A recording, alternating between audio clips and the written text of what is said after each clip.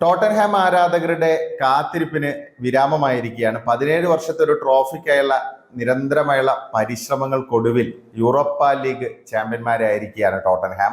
Manchester യുണൈറ്റഡിനെ ബിൽബാവോയിൽ നടന്ന ഫൈനലിൽ 1-0 തോൽപ്പിച്ചാണ് പോസ്റ്റെക്കോഗ്ലുവിന്റെ ടീം യൂറോപ്പ ലീഗ് ചാമ്പ്യന്മാരായിരിക്കുന്നത്. പ്രീമിയർ ലീഗ് ടേബിളിൽ 17ാം സ്ഥാനത്ത് നിൽക്കുന്ന ടീമിന് 21 മത്സരങ്ങൾ പ്രീമിയർ ലീഗിലെ ഈ സീസണിൽ പരാജയപ്പെട്ട ഒരു ടീമിന് ചാമ്പ്യൻസ് ലീഗ് ബെർത്ത് ലഭിച്ചിരിക്കുകയാണ്. യൂറോപ്പ ലീഗ് ചാമ്പ്യന്മാരെന്നുള്ള രീതിയിൽ ഓട്ടോമാറ്റിക് ആയിട്ട് ചാമ്പ്യൻസ് ലീഗിന് സ്പർസ് ക്വാളിഫൈ ചെയ്തിരിക്കുന്നു എന്നുള്ളതാണ് ഏറ്റവും സവിശേഷതയാർന്ന ഒരു കാര്യം. പിന്നെ ഈ വർഷം പൊതുവെ അണ്ടർ അച്ചീവേഴ്സിനെ സംബന്ധിച്ച്, അതായത് ക്ലബ് ഫുട്ബോളിലെ അണ്ടർ അച്ചീവേഴ്സിനെ സംബന്ധിച്ച് വളരെ ഭാഗ്യം ലഭിച്ച ഒരു വർഷം തന്നെയായിരുന്നു. കാരണം ന്യൂകാസിൽ 56 വർഷത്തെ ഇടവേളയ്ക്ക് ശേഷം ലീഗ് കപ്പ് നേടി, അതായത് ഒരു ട്രോഫി നേടി അവർ ചരിത്രം രചിച്ചു. അത് കഴിഞ്ഞ് ക്രിസ്റ്റൽ പാലസ് ഇപ്പം ഏറ്റവും ഒടുവിൽ 120 വർഷത്തെ ക്ലബിന്റെ ചരിത്രത്തിലെ ആദ്യത്തെ ട്രോഫി സ്വന്തമാക്കി. മാഞ്ചസ്റ്റർ സിറ്റിയെ അട്ടിമറിച്ചുകൊണ്ട് അവർ FA കപ്പ് നേടി. പിന്നെ ഇറ്റലിയിലാണെങ്കിൽ ബൊളോണിയ 51 വർഷത്തെ ഒരു ട്രോഫിക്കായുള്ള ഒരു കാത്തിരിപ്പിന് വിരാമം കുറിച്ചുകൊണ്ട് അവർ കോപ്പ ഇറ്റാലിയ കിരീടം സ്വന്തമാക്കി. പിന്നെ ഹാരി കെയ്ൻ ആണെങ്കിൽ ഇത്രയും ഇലസ്ട്രിയസ് ആയ കരിയറിൽ ഒരു കിരീടം ഉണ്ടായിരുന്നില്ല. 31ാമത്തെ വയസ്സിൽ ബയേൺ മ്യൂണിക്കിനൊപ്പം ബുണ്ടസ് ലീഗ നേടി തൻ്റെ പ്രൊഫഷണൽ കരിയറിലെ ആദ്യത്തെ ട്രോഫി കെയ്ൻ സ്വന്തമാക്കി.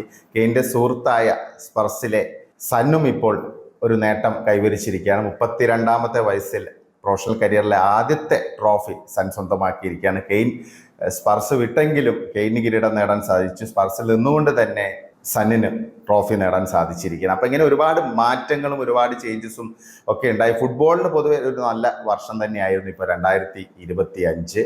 പിന്നെ പോസ്റ്റെക്കോഗ്ലുവിൻ്റെ ആ ഒരു വാക്ക് അദ്ദേഹം പാലിച്ചു എന്നുള്ളതാണ്. കാരണം രണ്ടാമത്തെ സീസണിൽ ഏത് ക്ലബിൽ താൻ പോകുന്നോ രണ്ടാമത്തെ സീസണിൽ ഒരു കിരീടം നേടും, ഏതെങ്കിലും ഒരു കിരീടം നേടും എന്നുള്ള അദ്ദേഹത്തിൻ്റെ ആ ഒരു വാഗ്ദാനം അദ്ദേഹം പാലിച്ചു.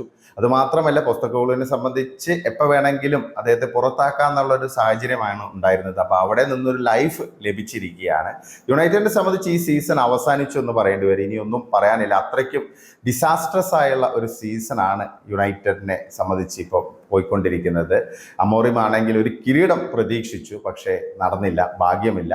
ഇനിയിപ്പോൾ അടുത്ത സീസണിൽ എന്തൊക്കെയാവുമെന്ന് നമുക്കൊന്നും അറിയില്ല. കാരണം പ്രത്യേകിച്ച് ട്രാൻസ്ഫറിനെയൊക്കെ വലിയ തോതിൽ തന്നെ ഇത് ബാധിക്കും. കാരണം മികച്ച താരങ്ങളൊക്കെ വരാനുള്ള ഒരു സാധ്യത വളരെ കുറവാണ്. അത് മാത്രമല്ല, ചാമ്പ്യൻസ് ലീഗ് കളിക്കുമ്പോൾ ലഭിക്കുന്ന ഫിനാൻഷ്യൽ ബെനിഫിറ്റ്, ഇങ്ങനെ ഒരുപാട് നഷ്ടങ്ങളാണ് അവസാന നിമിഷം യുണൈറ്റഡിന് ഉണ്ടായിരിക്കുന്നത്. പിന്നെ ഈ ഒരു മത്സരത്തെക്കുറിച്ച് കൂടുതലൊന്നും പറയാനില്ല. കാരണം വലിയ ഇൻട്രസ്റ്റിംഗ് ആയുള്ള അല്ലെങ്കിൽ ഒരു ഫൈനലിൻ്റെ ഒരു പ്രതീതി ജനിപ്പിക്കുന്ന പോരാട്ടമൊന്നും ആയിരുന്നില്ല. പൊതുവെ വെറുതെ എന്തൊക്കെയോ പന്ത് തട്ടി കളിക്കുന്ന ഒരു സിറ്റുവേഷനായി. പ്രത്യേകിച്ച് ഫസ്റ്റ് ഹാഫിലൊക്കെ ഒരുപാട് ബാക്ക് പാസുകളൊക്കെ ഉണ്ടായിരുന്നു. ടോട്ടൻഹാം ആദ്യം മുതൽ ഡിഫൻസിൽ ഊന്നിയാണ് കളിച്ചത്. അവർ മാക്സിമം ഡിഫെൻഡ് ചെയ്ത് കളിക്കാനാണ് ശ്രമിച്ചത്. ഫസ്റ്റ് ഹാഫിൽ കാര്യമായുള്ള ഒരു ചാൻസസ് ഒന്നും രണ്ട് ടീമുകൾക്കും ഉണ്ടായിരുന്നില്ല. ബ്രൂണോയുടെ ഒരു അറ്റംപ്റ്റ് ഉണ്ടായിരുന്നു, പിന്നെ അമദിൻ്റെ ഒരു അറ്റംപ്റ്റ് ഉണ്ടായിരുന്നു യുണൈറ്റഡിൻ്റെ ഭാഗത്ത് നിന്ന്. 42ാം മിനിറ്റിൽ കളിയുടെ ഒരു ഗതിക്ക് വിപരീതമായിട്ട് ടോട്ടൻഹാമിന് ഗോൾ നേടാൻ സാധിച്ചു. അതൊരു ഡിഫ്ലക്ഷനോടെയുള്ള ഒരു ഗോളായിരുന്നു. നമുക്കറിയാം, സാറിൻ്റെ ക്രോസിൽ നിന്ന് ബ്രെനൻ ജോൺസൺ പന്ത് വലയിലെത്തിക്കുകയായിരുന്നു. ലൂക്ക് ഷോയുടെ ദേഹത്ത് തട്ടിയാണ് ഗോളായത്, അല്ലെങ്കിൽ ബോൾ വലയിലെത്തിയത്. ഒനാനയ്ക്കൊന്നും ചെയ്യാൻ സാധിച്ചില്ല.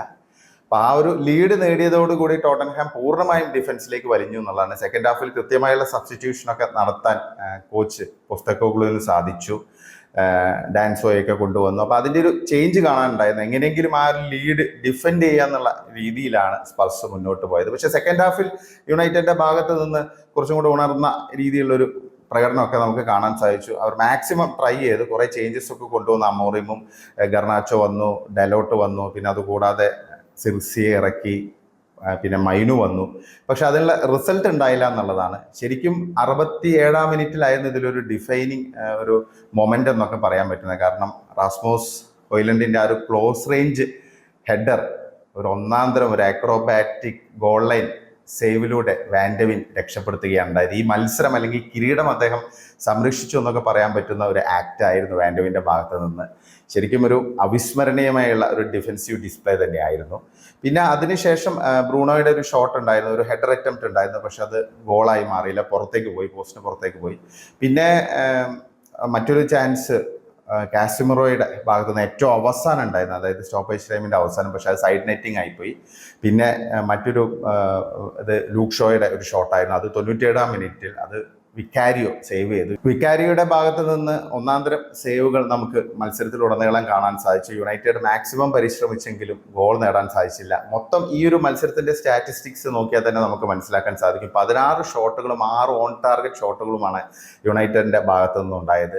മറിച്ച് ടോട്ടൻഹാമിന്റെ ഭാഗത്തു നിന്ന് വെറും 3 ഷോട്ടുകളും 1 ഓൺ ടാർഗറ്റ് ഷോട്ടും മാത്രമേ ഉണ്ടായിരുന്നുള്ളൂ. ആ ഒരു ഓൺ ടാർഗറ്റ് ഷോട്ടാണ് ഗോളായി മാറിയത്. അപ്പോൾ ഇത്രയ്ക്കും ഡിഫറൻസ് രണ്ട് ടീമുകൾക്ക് തമ്മിൽ ഉണ്ടായിരുന്നു. പക്ഷെ അതിലൊന്നും കാര്യമില്ല, വിജയിക്കാൻ ടോട്ടൻഹാമിന് സാധിച്ചു എന്നുള്ളത് യുണൈറ്റഡിനെ സംബന്ധിച്ച് വലിയ നിരാശ ഉണ്ടാക്കുന്ന ഒരു റിസൾട്ട് തന്നെയാണ്. കാരണം ഈ ഒരു സീസൺ ഒരു റിഡംഷൻ എന്നുള്ള രീതിയിൽ യുണൈറ്റഡ് ഈ യൂറോപ്പ ലീഗിനെ കണ്ടിരുന്നു. അത്യാവശ്യം നല്ല പെർഫോമൻസ് ആയിരുന്നു യൂറോപ്പ ലീഗിൽ കാഴ്ചവെച്ചത്. കാരണം പ്രീമിയർ ലീഗിൽ സ്ട്രഗിൾ ചെയ്യുമ്പോഴും യൂറോപ്പ ലീഗിൽ നല്ല പെർഫോമൻസ്, കൺസിസ്റ്റൻസിയോടെയുള്ളൊരു തോൽവി അറിയാതെയുള്ള ഒരു മുന്നേറ്റമൊക്കെയാണ് യുണൈറ്റഡ് നടത്തിയത്. പക്ഷേ ഫൈനൽ കൊണ്ട് കലമുടയ്ക്കാനായിരുന്നു വിധി.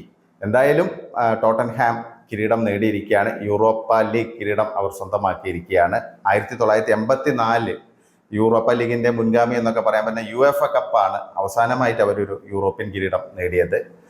പിന്നെ 2008 ലീഗ് കപ്പ് നേടി അവസാനത്തെ ട്രോഫി അതായിരുന്നു. അപ്പം എന്തായാലും ടോട്ടൻഹാമിന്റെ 3ാമത്തെ യൂറോപ്യൻ കിരീടമാണ്. 1972 UEFA കപ്പും സ്പർസ് സ്വന്തമാക്കിയിരുന്നു. ടോട്ടൻഹാമിനെ സംബന്ധിച്ച് അടുത്ത സീസണിൽ ഇതൊരു വലിയൊരു ബൂസ്റ്റ് തന്നെയാണ്. ട്രാൻസ്ഫർ മാർക്കറ്റിലാണെങ്കിലും അല്ലാതെയൊക്കെ അവർക്ക് ചാമ്പ്യൻസ് ലീഗ് കളിക്കാൻ സാധിക്കുന്നു എന്നുള്ളതാണ്. അപ്പോൾ എന്താണ് നിങ്ങൾക്ക് തോന്നുന്നത് ഈ ഒരു മത്സരത്തെക്കുറിച്ച്? യുണൈറ്റഡിന്റെ പെർഫോമൻസിനെ നിങ്ങൾ എങ്ങനെ വിലയിരുത്തുന്നു? ഭാഗ്യമില്ലായ്മയാണോ യുണൈറ്റഡിനെ ബാധിച്ചത്? നിങ്ങളുടെ വിലയേറിയ അഭിപ്രായങ്ങൾ കമൻ്റായി രേഖപ്പെടുത്തണേ.